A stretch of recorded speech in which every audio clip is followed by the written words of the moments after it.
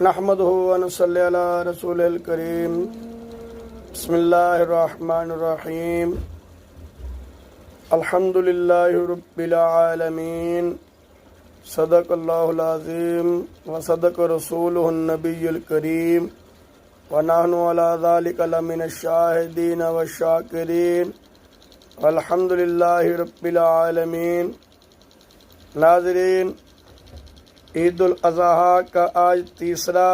دن ہے، جمعۃ المبارک کا دن ہے، 2026 ہے، اور ثم الحمدللہ مئی کا مہینہ ہے۔ اللہ رب العالمین کا ہم سب شکر ادا کرتے ہیں، جن جن بھائیوں نے اللہ کے لیے قربانی دی ہے تمام کو مبارکباد پیش کرتا ہوں، اور جن لوگوں نے قربانی نہیں دی کسی وجہ سے، میں دعا گو ہوں اللہ رب العالمین ان کو اگلے سال ہمت اور توفیق عطا فرمائے۔ اور یہ بات عرض کرنا چاہتا ہوں، جنہوں نے کی ہے وہ اللہ کے ہاں شکر کے نوافل ادا کریں،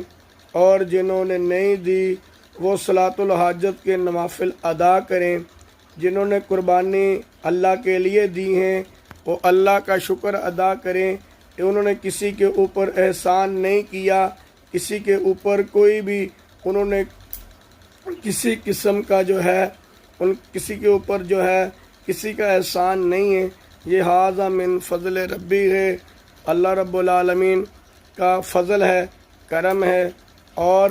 جنہوں نے نہیں کی ان کو چھوٹے مت سمجھیں۔ میرے محبوب صلی اللہ علیہ وسلم کی یہ شریعت محمدی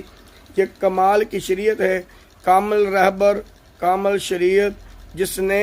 امت مسلمہ کو ہر خوشی میں اکیلے نہیں چھوڑا۔ جو وسعت والے ہیں ان کو کہا گیا ہے کہ جن کے پاس وسعت نہیں ہے ان کا خیال رکھا جائے اور اللہ رب العالمین کی رضا کے لیے رکھا جائے۔ جنہوں نے قربانی دی ہے انہوں نے اپنے ان کے اوپر جو کوئی بھی ان کا کوئی کمال نہیں ہے، اللہ نے ان کو مال دیا، اس مال میں سے